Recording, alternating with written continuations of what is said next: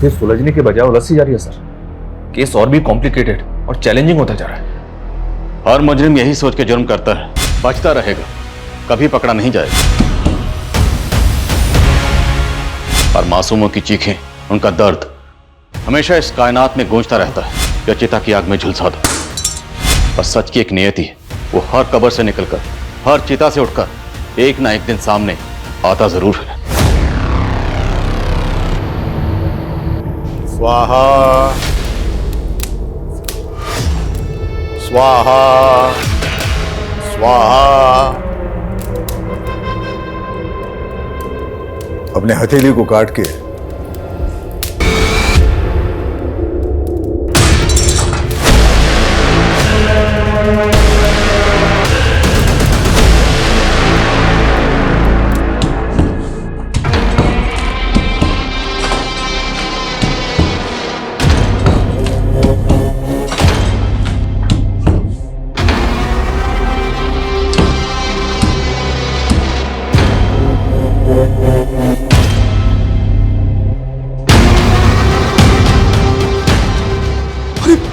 ये क्या है?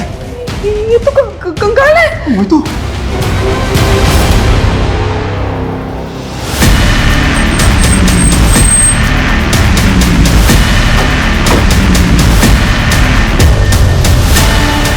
किसका कंकाल है ये? किसको मारकर गाड़ा यहाँ पे? सर हमें कुछ नहीं मालूम, हमारा कोई लेना देना नहीं है इस कंकाल से। आपके घर की दीवार में कंकाल है और आप कह रहे हैं आपका कोई लेना देना नहीं है? सर हम इस घर में सिर्फ 2.5 साल से ही रह रहे हैं। हमने ये घर बनाया लिया था, क्या पता हमसे पहले रहने वालों ने लाश गाड़ रखी हो यहाँ। हाँ सर, हम तो घर के रेनोवेशन के लिए ये दीवार तोड़ रहे थे। अगर हमने कुछ किया होता तो हम दीवार थोड़ी ना तोड़ते सर। आप दोनों के हाथ में चोट कैसे लगी? अपने हथेली। गुरुजी की उल्टी सीधी हरकतों की वजह से हुआ है। कौन गुरुजी? नवल किशोर शास्त्री। उनके कहने पर हमने ये दीवार तोड़ाई थी। अब कंकाल निकला तो भाग गए वो। शर्मा चल।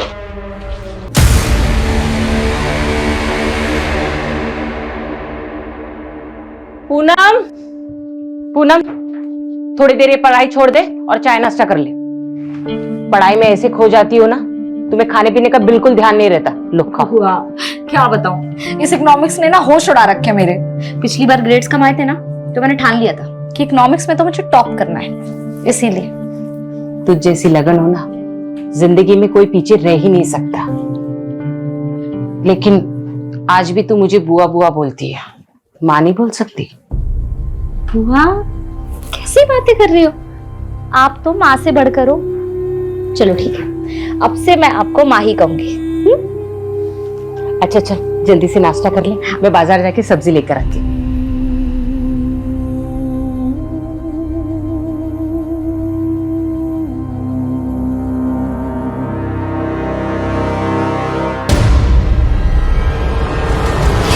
क्या पूनम, बॉयफ्रेंड से बात हो रही थी? नहीं फूफा जी, बस ऐसे ही। क्या है ना कि मैं बहुत फ्रैंक हूँ। तेरी उम्र में लड़कियां जो है ना, वो शादी से पहले ही फूफा जी, मेरी मैं क्या बोल ये मेरे साथ जबरदस्ती कर रहे हैं। ये फोन पे अपने बॉयफ्रेंड के साथ लगी हुई थी? नहीं बुआ, मैं बस अपनी दोस्त से बात कर रही थी और कुछ नहीं। ये मेरे साथ जबरदस्ती कर रहे थे। अनाथ समझ के उसको पाल पोस के बड़ा किया, तो मेरे और मेरी बीवी के बीच में झगड़ा लगा रहे। मैं आपके रगरग से वाकिफ हूँ। क्या वाकिफ है?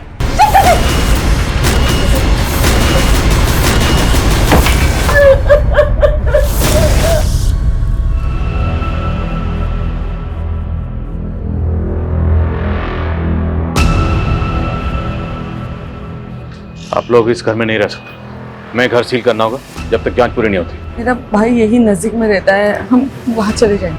हमसे पूछे बिना आप दोनों मुरादाबाद से बाहर मत जाइएगा।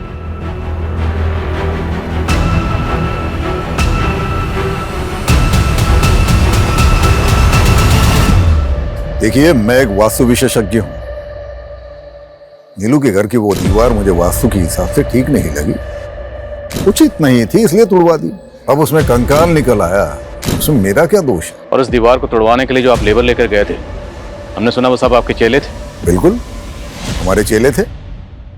नीलू और उसका पति भी आपके भक्त है, लेकिन अब वो सारा दोष आप ही पे मर रहे हैं। उनका कहना है कि आप पहले से जानते थे कि दीवार में कंकाल है।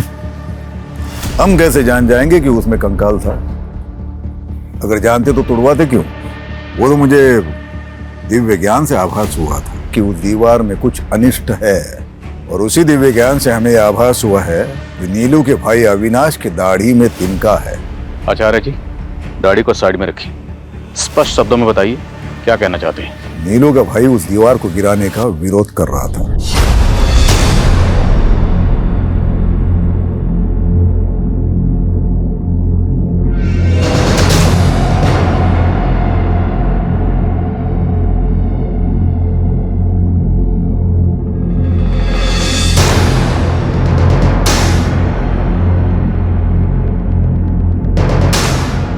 दीदी ये सब क्या हो रहा है? दीवार में कुछ गड़बड़ है, कोई बाधा है इसमें। तोड़ दो इस दीवार को। अरे बंद करो ये नाटक। ये क्या पागल बना रखा है मेरे दीदी और जीजा जी को? और दीदी तुम क्यों इस पाखंडी के चक्कर में पड़ी हुई हो? ये तो अपनी दक्षिणा ले जाएगा, और इसके कहने पे तुमने तोड़फोड़ करवा दी ना, तो फालतू के खर्चे में आ जाओगी। ये लो, तुम्हारे भाई को हमारा अपमान करने के लिए बोला यहाँ पर। अरे चुप करिए आप। चुप कर अविनाश। अगर गुरुजी के खिलाफ एक शब्द भी बोला ना तो मुझसे बुरा कोई नहीं होगा। चुप। आपने भी कुछ हम उल्टे से। नौटंकी नहीं है, पूजा की विधि है। अब बलि तो नहीं चढ़ा सकते, तो सांकेतिक रूप से उस पूजा को संपन्न किया, कोई गुनाह है? और अगर हमें आपके खिलाफ कुछ मिला तो आपके सारे दोष दूर कर दूंगा। हमसे पूछे बिना शहर से बाहर मत जाइए, उचित होगा।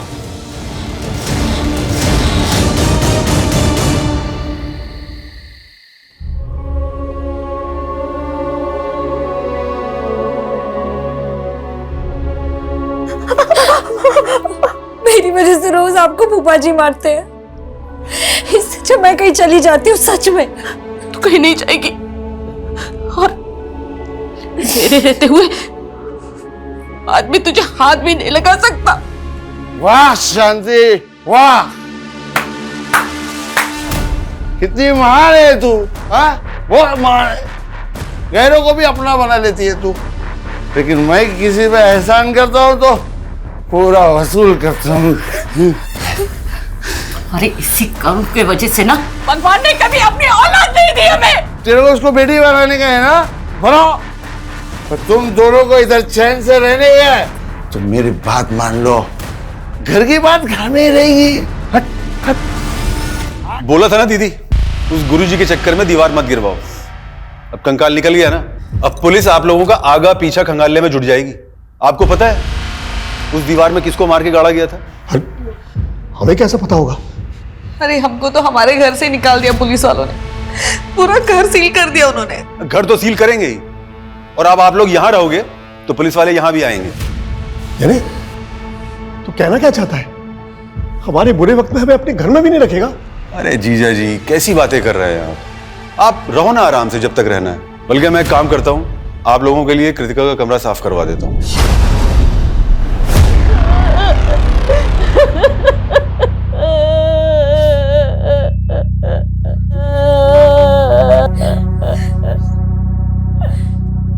संभालो अपने आप को। लेकिन कल रात को तो तुम्हारे घर से बहुत शोर आ रहा था, और आज अचानक से भाई साहब को वो हार्ट अटैक आया उनको।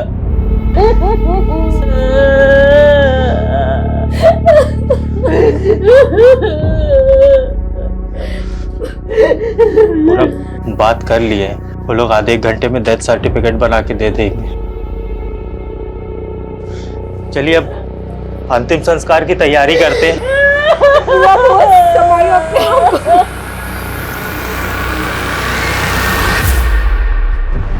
डिटेल पोस्टमार्टम रिपोर्ट के हिसाब से जो कंकाल हमें लक्ष्मी सदन में मिला, वो कंकाल किसी लड़की का जिसकी उम्र 20 से 30 साल के बीच में रही होगी। हालांकि मौत कब हुई होगी डॉक्टर इसका सही से पता नहीं लगा पाए, पर उनका अंदाजा है कि मौत 2 से 3 साल पहले हुई होगी। सर मनोज कह रहा था कि वो और उसकी वाइफ लक्ष्मी सदन में कुछ 2.5 साल पहले रहने आए थे, लेकिन अगर उन्होंने ऐसा कुछ किया होता तो वो दीवार तोड़वाते ही क्यों? लेकिन वो बाबा नवल किशोर, उसकी बातें भी कम उल्टी पुल्टी नहीं, किसी को भी क्लीन चिट नहीं दे सकते। और ये भी पता करो कि लक्ष्मी सदन में मनोज और नीलू से पहले कौन रहता था। सर सर पता चला है कि नीलू के भाई अविनाश की बेटी पिछले 2.5 साल से गायब है। अविनाश की बेटी? ये लड़की अविनाश की सगी बेटी नहीं थी सर। अविनाश और उसकी बीवी ने कृतिका को गोद लिया था। अविनाश की बीवी तो काफी पहले गुजर गई थी, लेकिन 2.5 साल पहले तक कृतिका अविनाश के साथ ही रह रही थी। और सर लक्ष्मी सदन के कुछ नेबर्स के साथ भी बात की मैंने। एक नेबर ने बताया कि नीलू और मनोज 2.5 साल पहले घूमने के लिए आए थे। उस दौरान अविनाश का वहाँ काफी आना जाना था। और सर अविनाश ने अभी तक सबको यही कहा है कि उसकी बेटी कृतिका 2.5 साल पहले किसी लड़के के साथ भाग गई थी। तो क्या ये केस ऑनर किलिंग का केस है? और लक्ष्मी सदन की दीवार में हमें जो कंकाल मिला, क्या वो कंकाल अविनाश की बेटी कृतिका का है? कुछ भी बोले जा रहे हैं आप। अब जबरदस्ती उस कंकाल को कृतिका का बता रहे हैं। आप तो चाहते ही नहीं थे कि दीवार टूटे, क्योंकि दीवार टूटती कंकाल बाहर आता और आपका राज भी। अरे सर, मेरी बेटी जिंदा है। कहाँ है कृतिका? यही तो मालूम नहीं है कि वो उसे बहकाकर ले कहां गया है। कौन, किसकी बात कर रहे हैं? समीर यही पास के इलाके में अपनी चाची के साथ रहता था। वही मेरी बेटी को बहका रहा था।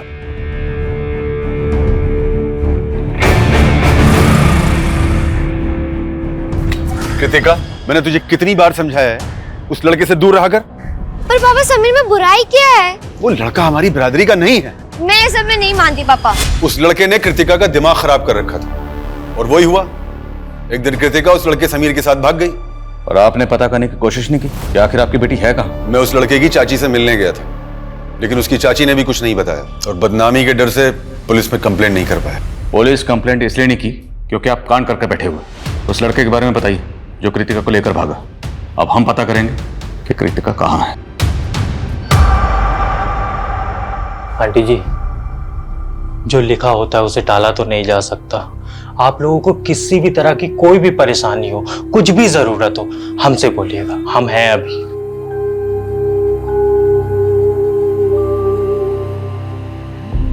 मुझे अपनी परवाह नहीं है गणेश बेटा। मुझे तो बस पूनम की चिंता हो रही है। वो इस घर में अपने फूफा के साथ सुरक्षित नहीं थी। आंटी जी, आप एक काम करिए, आप हमारी शादी पूनम से करवा दीजिए। ये क्या बोल रहे हो गणेश? पूनम, हम जानते हैं तुम हमारी दूर की मौसी की बेटी हो, पर आंटी जी हमारी मम्मी भी तो यही चाहती थी कि हमारी और पूनम की शादी हो जाए। पूनम, हमारी मम्मी ना बुआ जी से बात भी करने वाली थी, पर उसके पहले ही उनका देहांत हो गया। गणेश, पर गणेश सही कह रहा है बेटा।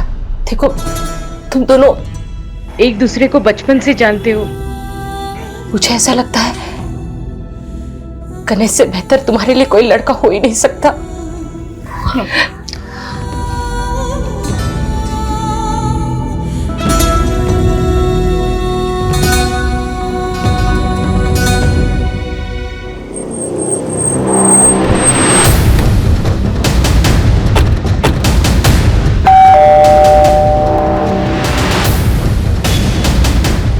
समीर यहीं रहता है? जी, वो मेरा भतीजा था। हमें पता चला कि समीर किसी कृतिका नाम की लड़की से प्यार करता है। उसी के बारे में बात करनी है आपसे। आओ बेटा, बैठे। समीर ने बताया मुझे तुम दोनों के बारे में। तुमने अपने पापा को समीर के बारे में बताया? आंटी, उन्हें सब पता है, लेकिन मैं समझ गई बेटा, तुम फिक्र मत करो, मैं तुम्हारे पापा से बात करूंगा। लेकिन कृतिका के पिता ने मुझे और समीर को बेइज्जत करके घर से बाहर निकाल दिया और एकदम समीर गायब हो गया। और फिर कृतिका के पिता आकर मुझे परेशान करने लगे कि समीर कृतिका को भगा कर ले गया। आजकल कहाँ है समीर और कृतिका? मैं उन्हें पिछले 2.5 साल से ढूंढने की कोशिश कर रही हूँ। मैंने पुलिस कंप्लेंट भी की थी, पर कुछ पता नहीं चला। समीर के माँ बाप कहाँ हैं? समीर के माँ बाप गुजर चुके हैं सर। मेरे अलावा उसका और कोई नहीं था। समीर की चाची ने जिस थाने में समीर की मिसिंग कंप्लेंट फाइल की थी, उस थाने की पुलिस टीम को भी ऐसा कोई क्लू नहीं मिला है जिससे पता चले कि समीर और कृतिका ने भाग के शादी की होगी। और अगर हम फॉरेंसिक रिपोर्ट पे जाएं, तो जिस दौरान समीर और कृतिका गायब हुए थे, उसी दौरान उस लड़की की मौत हुई थी जिसका हमें कंकाल मिला। तो पॉसिबल है सर कि मर्डर कृतिका का हुआ हो। सर, हम डीएनए मैचिंग रिपोर्ट से भी अविनाश के खिलाफ कुछ भी साबित नहीं कर पाएंगे, क्योंकि कृतिका अविनाश की सगी बेटी नहीं थी, उसने उसको अडॉप्ट किया था। मान लो 2.5 साल पहले कृतिका का कत्ल हो गया, इसलिए वो मिल नहीं रहे, पर ये समीर कहाँ गायब है? कहीं ऐसा तो नहीं क्या अविनाश ने कृतिका के साथ साथ समीर का भी कत्ल कर दिया? अगर ऐसा है सर, तो हो सकता है कि हमें लक्ष्मी सदन में दूसरा कंकाल मिले। चांसेस है, पता तो करना पड़ेगा। मैं डीसीपी सर से परमिशन निकलवाता हूँ। और पता चला लक्ष्मी सदन में मनोज और नीलू से पहले कौन रहता था? Yes sir. सर रजिस्ट्रार से पता चला है कि 3 साल पहले ये घर राघवेंद्र पांडे के नाम पे था। सर ये इस घर का लास्ट और फर्स्ट ओनर था। सर ये कई सालों से लंदन में है।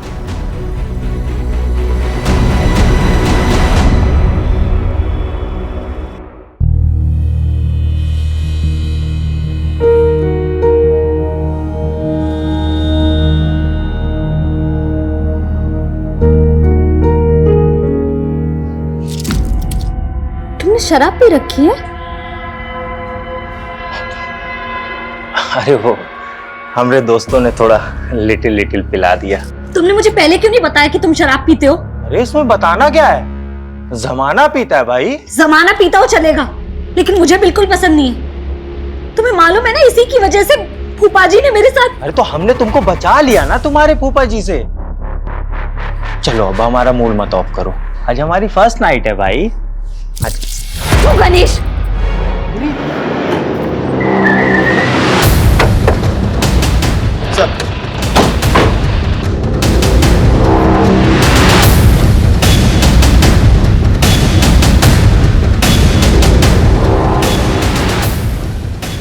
लाइट ऑन करो। पूरे घर को अच्छे से स्कैन करिए, एक एक कोना। Okay sir.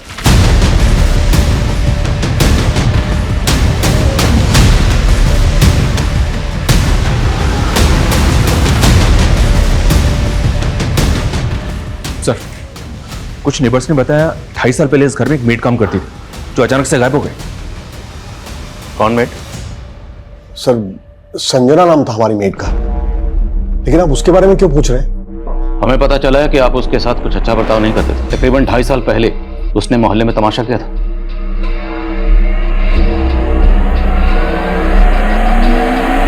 मैंने आप लोगों से उधार क्या मांग लिया? नौकर बना कर रखोगे, मार मार कर काम कराओगे मुझसे। क्यों झूठ बोल रही हो संजना? हाँ, और क्या जरूरत है इतना तमाशा करने की? देख संजना, तमाशा मत कर बेकार में। जो भी तुझे कहना है अंदर जाके कर। चल। एक नंबर की नौटंकीबाज औरत थी वो, तिल का तार बना के रखा था उसने। इसलिए आपने कंकाल बना दिया उसे? ये कैसी बातें कर रहे हैं आप सर? हमें पता चला कि उसके बाद से वो गायब है। लेकिन सर उसके बाद तो वो अचानक काम छोड़ के अपने गांव चली गई थी। तब तो गांव में मिलनी चाहिए। एड्रेस बोलिए गांव का। सर एड्रेस तो नहीं है हमारे पास।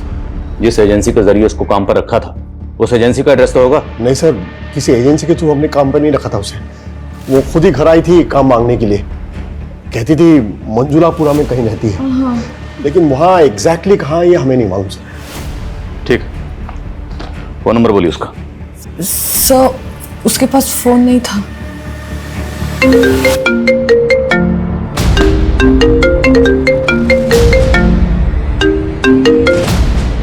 हेलो,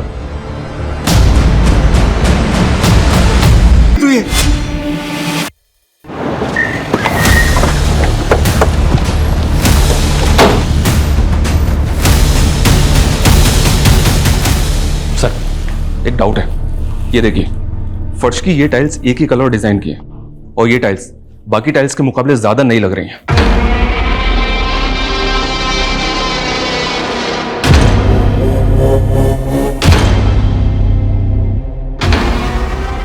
खुदवाओ।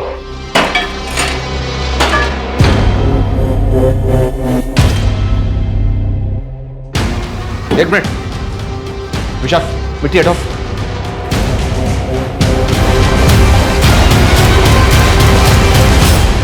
शर्मा, सब जगह खुदवाओ। पता नहीं और कितने राज दफन है इस लक्ष्मी सदन में।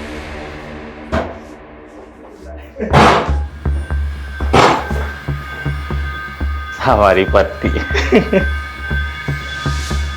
अरे घूर क्या रही हो? है तुमसे शादी करके भी ना हमको जबरदस्ती करनी पड़ती है।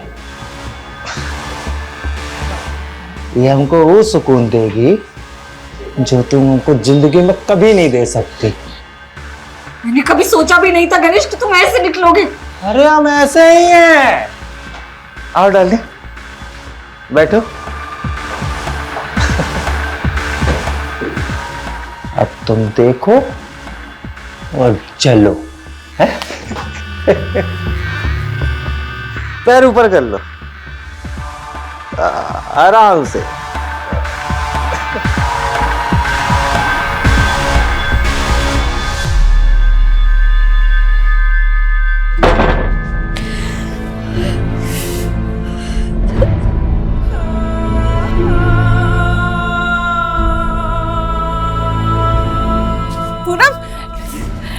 कैसी है तू? हाँ? अरे मैं यहीं से जा रही थी, मैंने सोचा तुझे और दामाद जी को। तू रो क्यों रही है? क्या हुआ?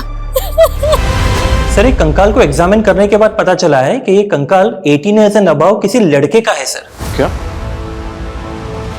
तो डॉक्टर, क्या लड़के की मौत भी उसी दौरान हुई होगी जिस दौरान लड़की की मौत हुई, जिसका कंकाल हमें लक्ष्मी सदन की दीवार में मिला?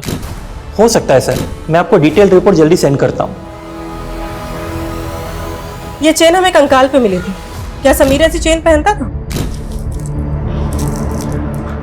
नाम मुझे ठीक से याद नहीं आ रहा है, पर आप ये सब क्यों पूछ रही हैं? देखिए, हमें लगता है कि कृतिका के साथ साथ समीर का भी मर्डर हुआ है। पहले आप उस पर कृतिका के मर्डर का इल्जाम लगा रहे थे, अब दूसरा कंकाल मिल गया तो समीर समीर कर रहे हैं। क्या सबूत है कि दोनों कंकाल समीर और कृतिका के हैं? अबे ओए, सबूत तो इस बात के भी नहीं मिले कि समीर और कृतिका जिंदा हैं। सर, मैं कह रहा हूं कि मैंने उन्हें नहीं मारा है, आप मेरा यकीन क्यों नहीं करते? हम यकीन नहीं करते, तोड़ाई करते हैं जब तक मुजरिम सच नहीं बोलता। अभी तक आपकी मेट संजना का कुछ पता नहीं चला, हम उसे ढूंढ ही रहे हैं, और अब लक्ष्मी सदन में दूसरा कंकाल मिला। अब ये तो कहना मत कि आप लोग इस बारे में कुछ जानते ही नहीं। सर, हम सचमुच कुछ नहीं जानते। आप बेकार में हमें और अविनाश को परेशान कर रहे हैं सर। एक मिनट सर, आपने किचन में खुदाई की थी ना, और कंकाल भी आपको वही मिला ना? जी सर, अब तो मुझे पूरा यकीन है सर कि ये काम जरूर उन लोगों का है जो हमसे पहले वहां रहते थे, क्योंकि जब हम वो घर देखने गए थे तब हमने भी देखा था कि किचन की टाइल्स अलग अलग है, और हमने इसके बारे में एजेंट को भी बोला था। कौन एजेंट? शेखर यादव सर। राघवेंद्र पांडे ने उसी एजेंट को घर की चाबी दे रखी थी। ये देखिए सर,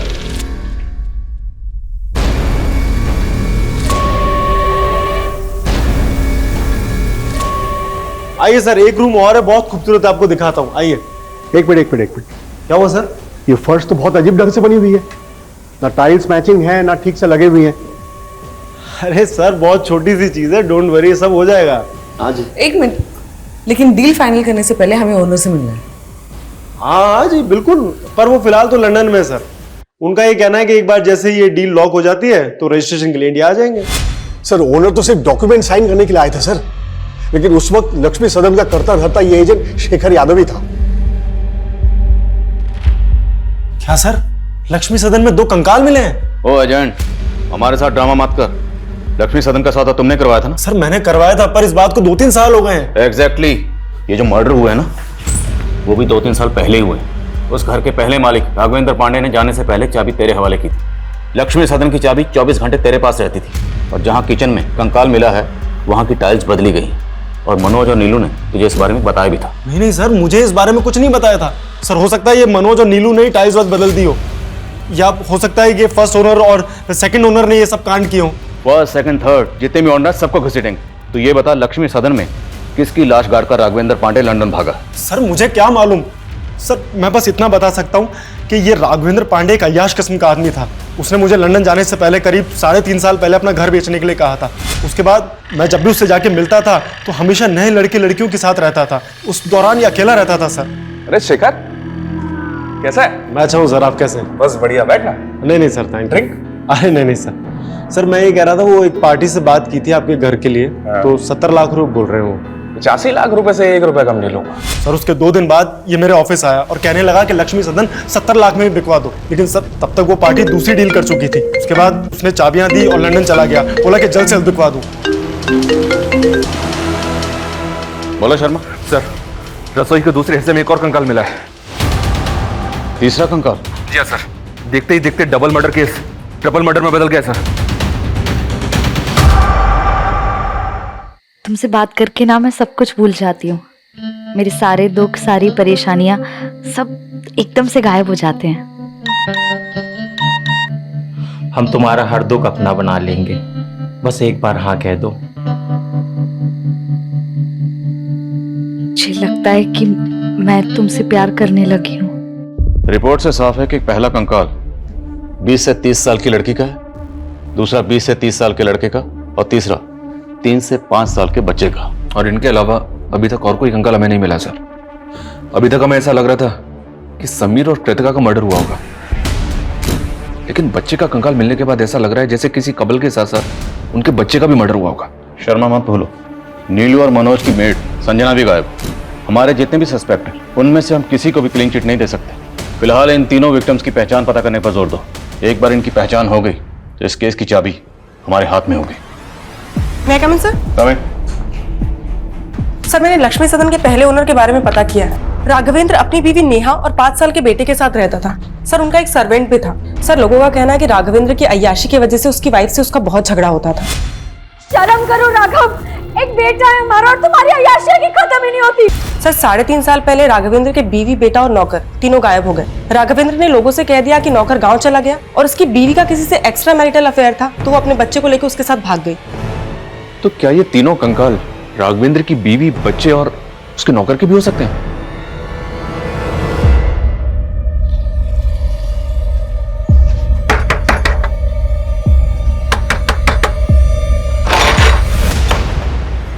ठीक है राघवेंद्र जी, जरूरत पड़ी तो आपको फिर कॉल करूंगा।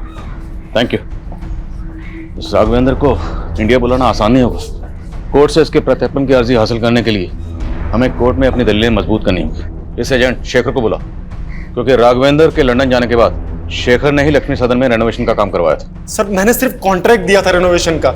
मैं तो उस वक्त वहां रहता भी नहीं था सर। सर, मुझे लगता है कि ये रेनोवेशन करने वालों ने ये कांड किया है। रेनोवेशन का कॉन्ट्रैक्ट किसे दिया था? सर, माला शर्मा।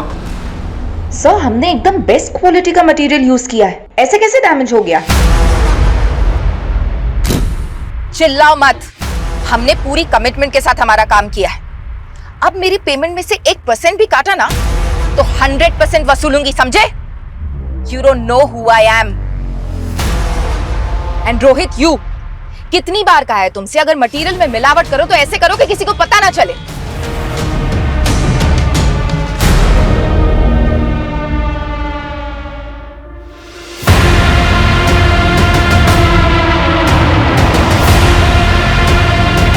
मानती हूँ लक्ष्मी सदन के रेनोवेशन का कॉन्ट्रैक्ट मैंने लिया था, लेकिन किसी मर्डर से मेरा कोई लेना देना नहीं है। तो इतना तो मानती है ना कि लक्ष्मी सदन में आपने रेनोवेशन किया था?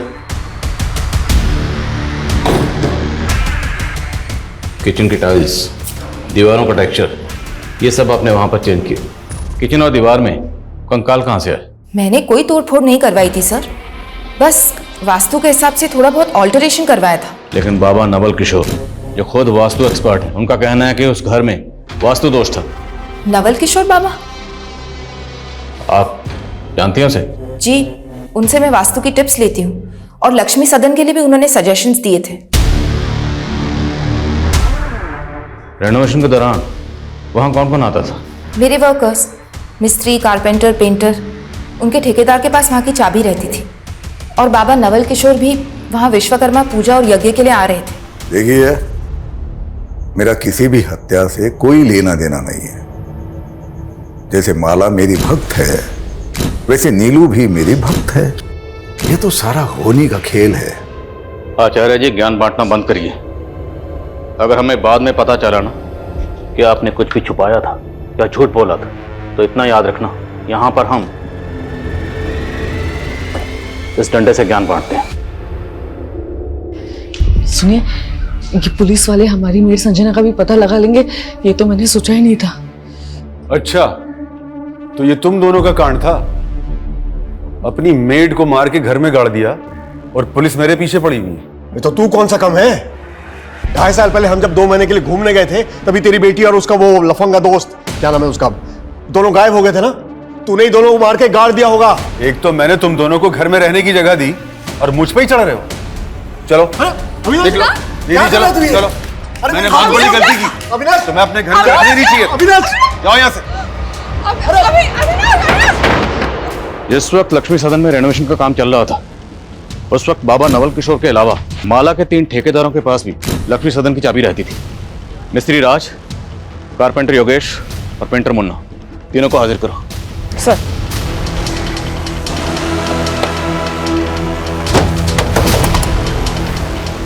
राजमिस्त्री। हाँ मैडम। चल। अरे मैडम क्या हुआ? अरे चल।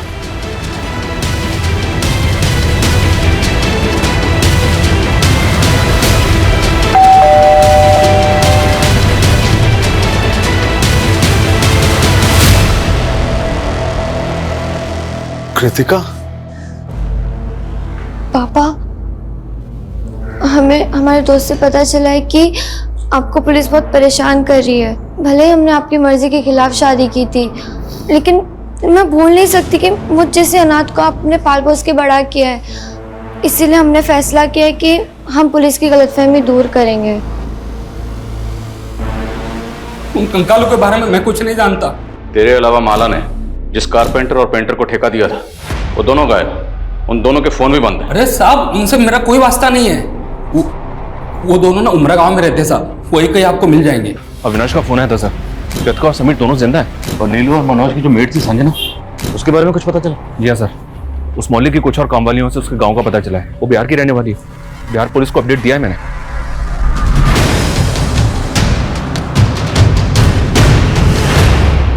सर मुझे पता चला कि आप लोगों ने मुझे इंडिया बुलाने के लिए कोर्ट से एक्सट्रेडिशन रिक्वेस्ट फाइल की है, और मैं नहीं चाहता कि इस वजह से मेरी यूके सिटीजनशिप में कोई खतरा पैदा हो।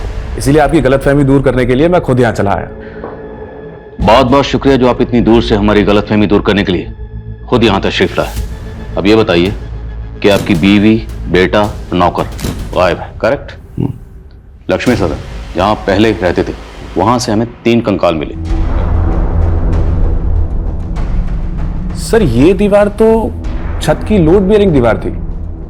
मतलब अगर इसको कोई तोड़ देगा तो छत कभी भी गिर सकती है, और अगर इसको तोड़कर किसी ने किसी को गाड़ा है तो मतलब वो कोई जानकार आर्किटेक्ट ही होगा। आपके एजेंट शेखर ने माला शर्मा नाम की आर्किटेक्ट को इसका कॉन्ट्रैक्ट दिया था, आप तो जानते ही होंगे। नहीं सर, मैं माला को तो नहीं जानता, और सर मेरा इन स्केलेटन से कोई लेना देना है नहीं। लेकिन आपका अपनी बीवी और बच्चे से तो लेना देना है ना? आपकी बीवी, बच्चा और नौकर कहाँ गायब? सर एक्चुअली जब से वो लोग मुझे छोड़ के गए हैं मैंने उन्हें ढूंढने की कभी कोशिश की नहीं। अगर आप चाहें तो मैं नेटिव एड्रेस दे सकता हूं अपनी बीवी और नौकर के।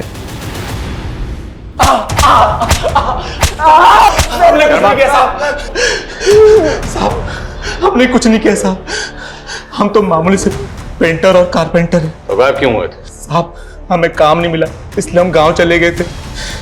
अब जब पूछ रहा हूं तो उसका सच सच जवाब देना। तुम दोनों ने लक्ष्मी सदन में तकरीबन 25 दिन काम किया था ना? जी साहब किया था। उस दौरान तुम लोगों को ऐसा कुछ लगा या ऐसा कोई शख्स वहां आया था जिस पर तुम लोगों को शक हो कि वो ये कांड कर सकता था? सर हम तो शाम 7 बजे काम खत्म करके चले जाते थे, लेकिन एक दिन लेट हो गया तो हमने देखा कि माला मैडम अपने दोस्त के साथ आई थी। माला मैडम वहां आए दिन आती थी, अपने दोस्त के साथ ड्रिंक करती थी। साहब इसके अलावा हमें कुछ नहीं पता सर। माला के एक एक दोस्त के बारे में पता करो, हो सकता है उसका अपना किसी दोस्त के साथ पंगा हो और ये माला इन मर्डर्स में शामिल हो। और ये भी चेक करो क्या माला के बैकग्राउंड में कोई ऐसा है जो गायब है, और माला के तीनों ठेकेदार, उन सब की बैकग्राउंड पता करो। सर खबरी का कॉल है। हेलो, ठीक है उसे यहाँ ले आओ। सर मनोज और नीलू की मेट संजना का पता चल गया है। गुड। साहब नीलू और मनोज जी बहुत टॉर्चर करते थे साहब, उनसे उधार क्या नहीं लिया, गुलामी बना लिया था उन्होंने, इसलिए मैं तंग आकर खुद ही मरना चाहती थी। पागल हो गई क्या? क्या कर रही है तू ये? अगर वो लोग मारपीट करते थे तो पुलिस के पास क्यों नहीं है? साहब हम गरीब लोग अगर पुलिस के चक्कर में पड़ेंगे तो हमें कहीं भी काम नहीं मिलेगा। संजना, कृतिका और समीर का तो पता चल गया है, लेकिन राघवेंद्र की बीवी, बच्चे और नौकर का अभी तक पता नहीं चला सर। लेकिन सर हमें ये जो तीनों स्केलेटन मिले हैं इनका एज ग्रुप भी इससे मैच करता है। सर हो सकता है राघवेंद्र में बेवकूफ बना रहा हूँ।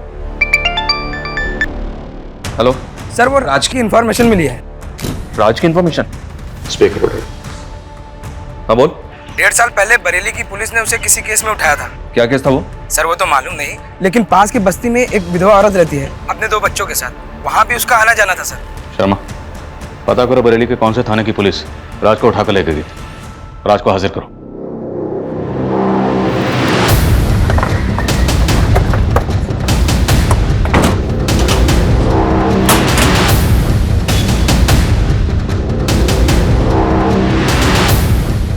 number you are trying to call is currently switched off. Please try again.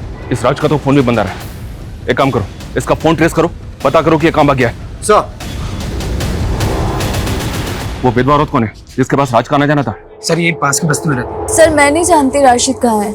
और उसका नाम तो राज है ना? सर उसका असली नाम राशिद है, लेकिन सब उसको राजा बोलते हैं। आपका राशिद से क्या रिश्ता था? मैं एक विधवा औरत हूँ, 2 बच्चों की माँ हूँ। कुछ पैसों से मेरी मदद कर देता था और मुझे लगा था कि वो मुझसे शादी करेगा, पर सर उसने तो किसी और से शादी कर लिया। किससे शादी कर? सर कोई थी बदचलन औरत। सर राशिद से शादी करके उसी के भाई से चक्कर चला के भाग गई। जी 1.5 साल पहले एक सुसाइड केस के बारे में पूछताछ करने के लिए हमने राज को तलब किया था। किसके सुसाइड केस के बारे में? उस वक्त हमें एक मर्डर केस लग रहा था। शांति नाम की एक औरत अपने घर में लटकी हुई मिली थी, लेकिन बाद में पता चला कि पूनम ने गणेश नाम के किसी आदमी से शादी की थी। सर पूनम तो हमको 8 साल पहले ही छोड़ के चली गई थी। हमने सुना तू उसको मारता पीटता था। एक बार तूने शांति को भी मारने की कोशिश की थी। नहीं सर, उस दिन हम पूनम के घर पूनम को वापस लेने के लिए गए थे, पर उसकी बुआ ने हमको बताया ही नहीं कि उनने पूनम को कहाँ भेज दिया है। जब हमने पूनम का सोशल मीडिया खंगाला तो पता चला कि वो वहां पर राज से टच में थी। जब हमने राज से पूछताछ की तो उसने बताया कि उसकी और पूनम की शादी हुई थी, लेकिन पूनम राज के भाई शाहिद के साथ भाग गई थी। उसी वक्त इस केस की पोस्टमार्टम रिपोर्ट आ गई, जिससे कंफर्म हो गया कि ये एक सुसाइड ही था, तो हमने केस बंद कर दिया। तो आपको राज के भाई शाहिद और पूनम के बारे में कुछ पता नहीं चला? वो कहाँ? जी नहीं, लेकिन हमें ये जरूर पता चला कि राज और पूनम का 3-4 साल का एक बेटा था और पूनम उसे भी अपने साथ ले गई थी। मुझे लगता है ये राज ही है जो तीनों कंकालों का रहस्य जानता है।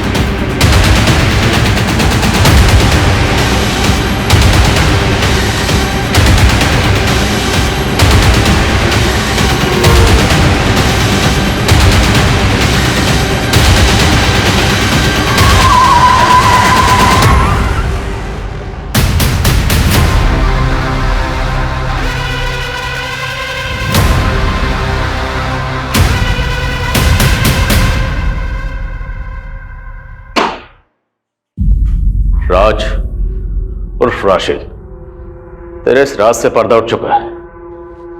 तेरा डीएनए 2 कंकालों से मैच हो चुका है। पहला कंकाल है तेरे भाई शाहिद का, और दूसरा तेरे बेटे का, और तीसरा पूनम का। सोशल मीडिया पर रिक्वेस्ट भेजी थी साहब मैंने उसको, उसने तुरंत एक्सेप्ट कर ली। फिर धीरे धीरे चैटिंग शुरू होने लगी, फिर मैं उसके दिल का राजा बन गया। शादी करने के लिए तैयार हो गए साहब मेरे साथ, लेकिन उसको यह धक्का बर्दाश्त नहीं हुआ था कि मैं राज नहीं राशिद हूँ। कुछ ही दिनों बाद मुझे पता चला कि उसका मेरे भाई शाहिद के साथ चक्कर चल रहा है। मेरे से मन नहीं भरता तेरा, मेरा भाई चाहिए तुझे। मैंने तुम्हारे भाई से थोड़ी सी बात कर ली, इसका मतलब कुछ भी निकालोगे क्या?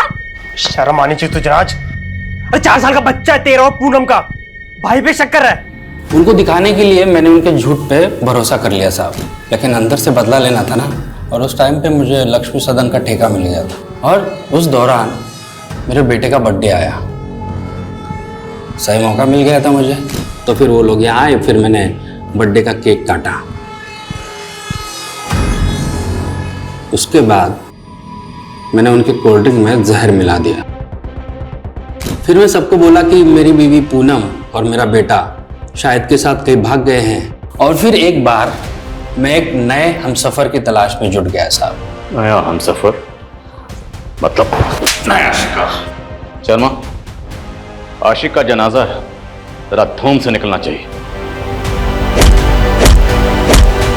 सर राघवेंद्र की बीवी, बेटे और नौकर के बारे में पता चल गया। उसका नौकर तो गांव में है, लेकिन सर उसकी बीवी नेहा, सर वो किसी के साथ भागी नहीं है, बल्कि वो दिल्ली में टीचर की नौकरी करके अकेले अपने बेटे की परवरिश कर रही है। That's great। जब कोई औरत रिश्तों में धोखा खाने के बाद अपनी इज्जत, अपनी सेल्फ रिस्पेक्ट और अपने स्वाभिमान की परवाह करते हुए आगे बढ़ती है, पुरानी बातों को पीछे फेंक कर मूव ऑन करती है, तो वही फैसला उसके लिए सही होता। पूनम राशिद को सोशल मीडिया पर मिली, पर राशिद की सच्चाई जाने भी ना उसने आंख बंद करके राशिद पे यकीन किया। और उसके फरेब का शिकार हो गई।